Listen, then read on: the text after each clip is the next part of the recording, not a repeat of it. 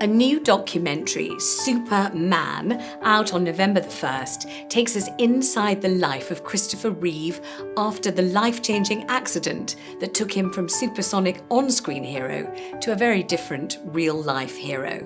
In the months and years following the catastrophic riding accident that resulted in him being paralysed from the neck down, Christopher never gave up hope that one day he would walk again, and at the very least, he would help others in his position by creating a charity to raise money for spinal injury research. Christopher's injuries affected not just him, but the lives of his wife Dana and his 3 children, Alexandra, then 11, Matthew, 15, and Will, who was only 2 at the time of the accident. This impossibly handsome 6'4" star documented every single day of his life following the fall, and like all the best heroes, he showed himself as an ordinary man, doing exceptional things in unimaginable circumstances. "I think," he said, "a hero is an ordinary individual who finds the strength to endure despite overwhelming obstacles." But the longed-for miracle, despite many good days and occasional progress, never came. And after 9 years, on the 10th of October 2024, aged just 52, his body finally gave out, and Christopher Reeve lost his fight to live. 10 months later, Will's mother, Dana, died of stage 4 lung cancer, despite the fact that she had never smoked. Despite his adoption by his best friend's family and the continued closeness with his siblings, the then 13-year-old said poignantly in recent months, March the 6th, 2006, "I have been alone ever since." Before he died, Christopher touched many lives, not just emotionally when he appeared in public, but by setting up the Christopher and Dana Reeve Foundation in 1999, 5 years after the accident. It still exists today, thanks in no small part to his children, who serve on the board of directors and still believe in looking for tomorrow's cure, as well as helping with today's practical care for spinal cord injuries.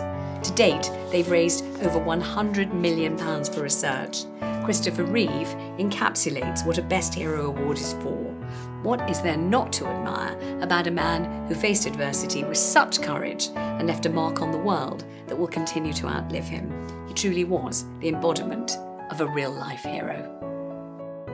It is a great privilege and honour to meet you, the adult children of Christopher Reeve, and I would like to begin by presenting you with our Best Hero Award, and it is the Best Superman Award for Christopher Reeve, because we've just seen your remarkable film and documentary, Superman, and we are beyond awe-stricken, moved. I believe you saw it together for the first time. How was that for you, Alexandra? We did. We saw it about a week before it got submitted to the Sundance Film Festival. So, we had met the directors, decided we trusted them, agreed to sit for interviews and hand over our family archive, and then they disappeared. And so it was this huge leap of faith. And so finally sitting together in this movie theater in Manhattan, just the 3 of us, it was incredibly emotional. You're watching your siblings relive some of the hardest moments in their life, but also just so beautiful to have the ups and downs and ins and outs of our dad and Dana's life told in this beautiful, complete, cinematic way. It was incredibly powerful. I mean, your father said heroes are ordinary people who do extraordinary things in unimaginable circumstances. We hear so much about actors and actresses who play superheroes. They play a heroic role, but obviously they're deeply flawed, they're cowardly, they're just craven, ordinary mortals. But it seems from this remarkable film that your father was utterly superlative in so many ways. I mean, physical bravery, resilience, courage, and this remarkable determination. No, you're absolutely right. And I think even when he first played Superman, he was often asked the question, like, what is a hero? And I think he used to give a sort of glib definition of it, someone who performs a selfless act. But I think his accident and everything that he went through and this inner strength and resilience that he found in the people he met from the disabled community and other people around the world helped him redefine what a hero is. And his definition, as he writes it, is a hero is an ordinary individual who finds the strength to persevere in spite of overwhelming obstacles. Absolutely remarkable. And well, it seems that your mother, Dana, said something to him that touched him so deeply, it seemed to kind of galvanize him into a whole new path in life. Right, and ultimately ended up being the title of his autobiography, Still Me. And the backstory to that is in the very trying immediate aftermath of his accident, he was wondering, as anyone might, if he was going to be too much of a burden on the family. And he said to my mom, maybe we should just let me go. And ultimately what she said to him was, you're still you and I love you. And that changed his perspective. That reminded him that he had so much to live for, in her, in us, for himself, and then ultimately for millions of people who drew inspiration from him and his story, and from my mom's story of selfless caregiving and courage in her own way.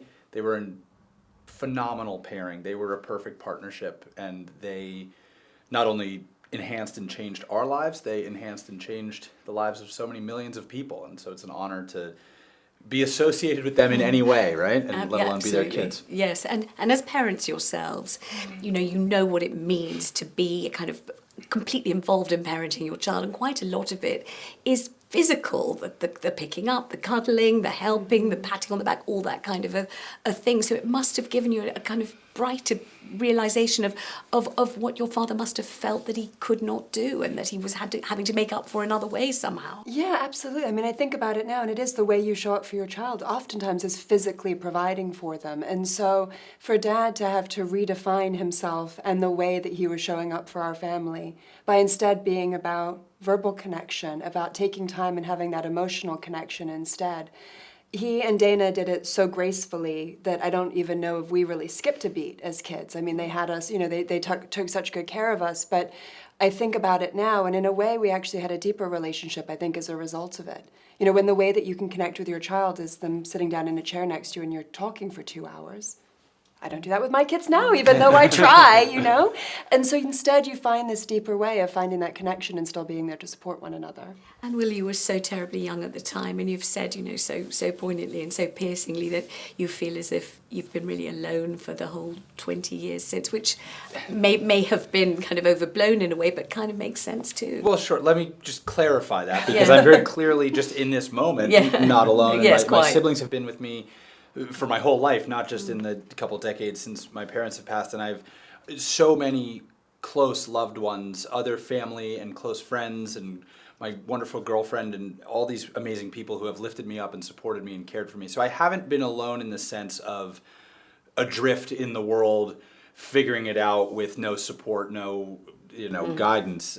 Far from it. Right. Quite the opposite. What I mean by I've been alone since my parents died is there is a void in me that was made permanent, and I will always have that void. I will always be without my parents as the ultimate guides, as the ultimate source of support, but I do have the foundation that they laid for me, the values they instilled in me, in us, and any time that I feel that I'm veering from whatever path I'm on versus where I want to go, I know that I can rely on those values and that foundation. So I might be alone without them, but I'm not alone as I navigate this path, if that makes sense to you. It does make sense, it really does. You've stated it very clearly and very beautifully, but absolutely lump in the throat the absolute entire time, really. And when people watch the film, I mean, we know how we reacted. It's really a visceral, deep kind of experience watching it. It's not the sort of thing you can kind of watch at arm's length in any way. But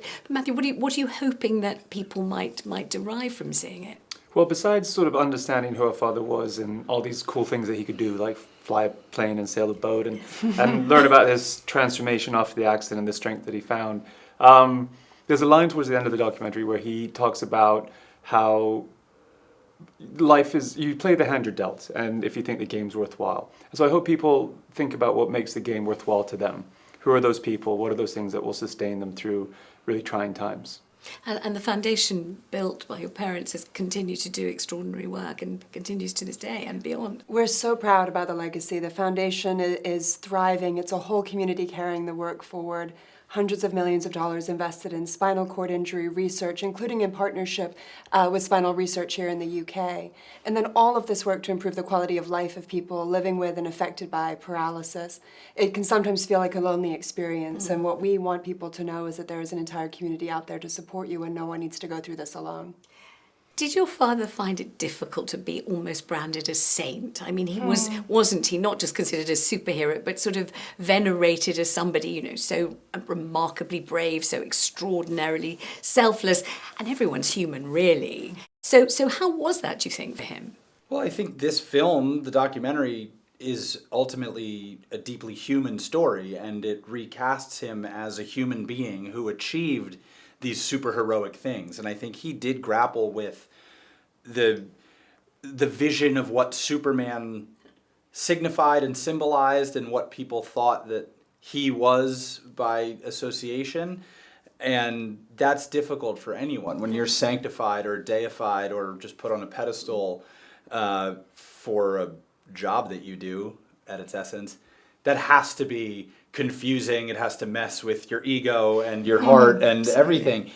But I do think from my recollections of my time with him, and Matthew and Al had a little bit more time with him, he was as human as anyone, as normal, as silly, as searching, as unsure and uncertain as any human being is. And I think what makes his story extraordinary is that not only in spite of, but rather because of his humanity, because of his understanding of the frailty of the human condition and of the murkiness of the waters that we all have to tread, he was able to overcome whatever limitations he had as a human being to sort of transcend what it means to be a human and become this ultimate hero. Extraordinarily difficult. When you talk of him to your own children, how do you do it in a way that it's kind of accessible rather than this sort of extraordinary, almost fairy tale? Because that's kind of how it feels in a way, isn't it? Yeah, well, he's Big Chris to them, and they hear about how he made us learn to play piano and practice, and do homework and all of the regular things. So they get the traditional granddad stories as well as then getting to watch him on screen. But for us, the important thing is, having them be able to connect to people who are living in wheelchairs, for example, and know that that's a very relatable experience that our family has been through. And then, of course, ultimately to realize, which they're realizing through this film, how his story resonates with people around the world. And to us, that's really the ultimate gift. Our dad was our hero. But having both people revisiting his memory and then so many people learning about him for the first time and connecting, it's the ultimate gift for people to be carrying on his legacy in that way. As siblings, how is it getting this opportunity to spend time together? I mean, you've all got independent, separate lives, and you're hanging out here. I don't know how that is. What's it like? The best part. So fun. Yeah. The highlight of the All whole hanging out is like we just Get a statue and some downtime. That's really fun. We have a free moment. It's just us in a room, talking trash. It's the best. It's been a not unexpected gift, but probably the most meaningful gift throughout this process of sharing this film with the world is sharing the time together, because we do live in different parts of the world and we talk all the time, but to see each other and to see their kids and be Uncle Will is a treat. And the official premiere is in a couple of hours' time. Yeah, I gotta go get changed. Yeah, That's right. The UK was a big part of our dad's life. So not only were the original Superman movies filmed here, it's where he met our mom. We both grew up in the UK. And even actually when he was in university, he came and spent an entire semester traveling around and working at the Old Vic, teaching people how to use an American accent. So to be back here, to be getting this type of award and just spending time on this side of the pond is a real gift. Well, thank you so much. It's been an enormous Thank pleasure you. to It's meet a pleasure. you. Thank you. Thank you very much Thank you, indeed. and thank you for the award. Thanks. It's very Thank you.